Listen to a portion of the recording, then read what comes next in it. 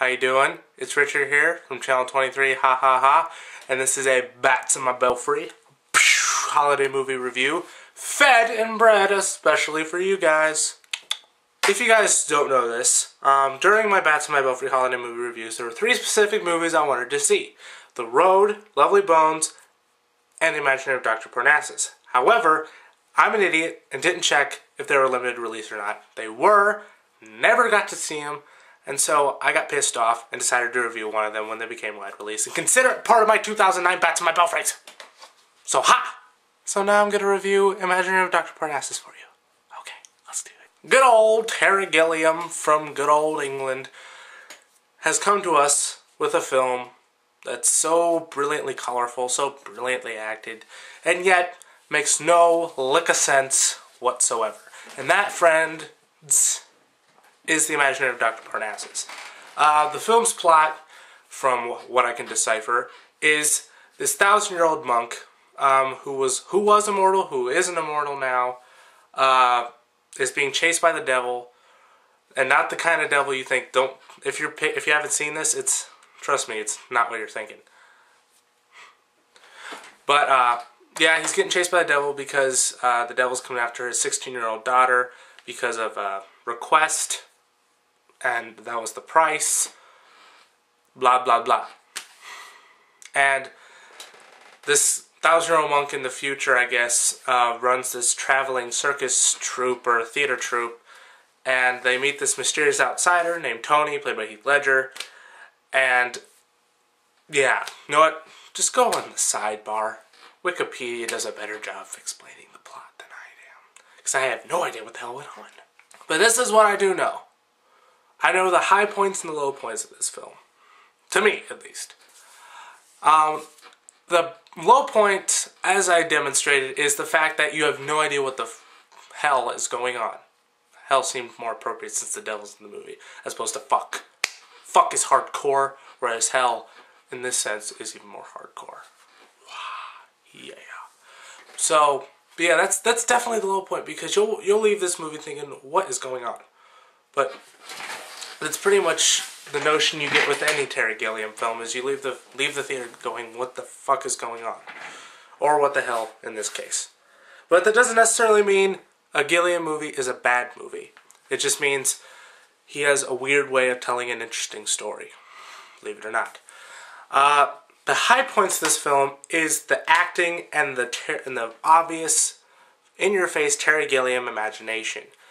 Even though in the film the characters are entering the imagination of Dr. Parnassus, we are entering the imagination of Terry Gilliam. And it's a beautiful imagination, regardless of what anyone says. It's an amazing film. Everyone's top-notch in it, and you can't help but think about Heath Ledger when you're watching this film and shed a tear, especially during the scenes when his character goes into the Imaginarium and he turns into Johnny Depp, Jude Law, and Colin Farrell.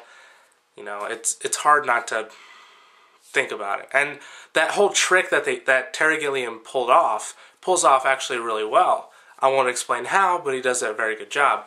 My theater experience was a little kind of funny, actually. Not depressing. Okay, it's slightly depressing, but it's not 100% depressing. I was in there all by myself. There was absolutely no one in the theater with me. And then a mom and her daughter came into the theater to enjoy this picture. But the daughter, I wager, thought it was a family-friendly film. Then they get into a certain point in the movie after a few bitches and a few shits and a few bastards. They find out the devil's the bad guy, and then they're out.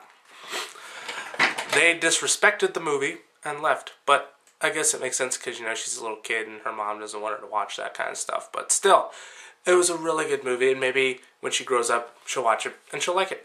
Who knows? She was probably wearing a Hannah Montana shirt, so she probably won't like it. Yeah. But anyways, let me tell you if I liked it or not. This film is really good. It's not the best movie in the world. It's not the worst movie in the world. It's about in the middle. Maybe a little leaning more towards good than bad, for me. I give this film 3 stars out of 5. It makes no lick of sense, but it's still a fun ride. That's why you should go see it, is for a fun ride. As opposed to people, that's more of an excuse people would use for going to see, like, Transformers Revenge of the Fallen. That movie just sucked. People would go there and be like, I went there because I wanted to have a fun action ride in the summer. No, you went there and you got dumber. That's what happened. But anyways, I'm going to stop ranting, and I'm going to leave you guys. So, this has been a Bats My Belfry holiday movie review in 2010, when it's a 2009 movie. So, stay tuned this week, Thursday probably, for my top 5 best movies of 2009, and then also my top 5 worst movies of 2009 in 2 different videos. Also, before I go, I want to give a shout out to Cyflix Reviews, link in the sidebar. She posted a video response on my Avatar review, which is getting a lot of views, which is awesome. And she failed at first, then I commented and said if she wanted to, she could do it again. And then she said she loved my channel and she subscribed, and I thought that was the coolest thing in the world. And boom, she gets a shout out. Because she, you know, because in a way she sucked up to me. That's how you get shout outs, people. That's a bit cheesy, but yes, and plus she's really cute and I love her accent. I probably shouldn't have said that on camera. Alright. Bye guys! Watch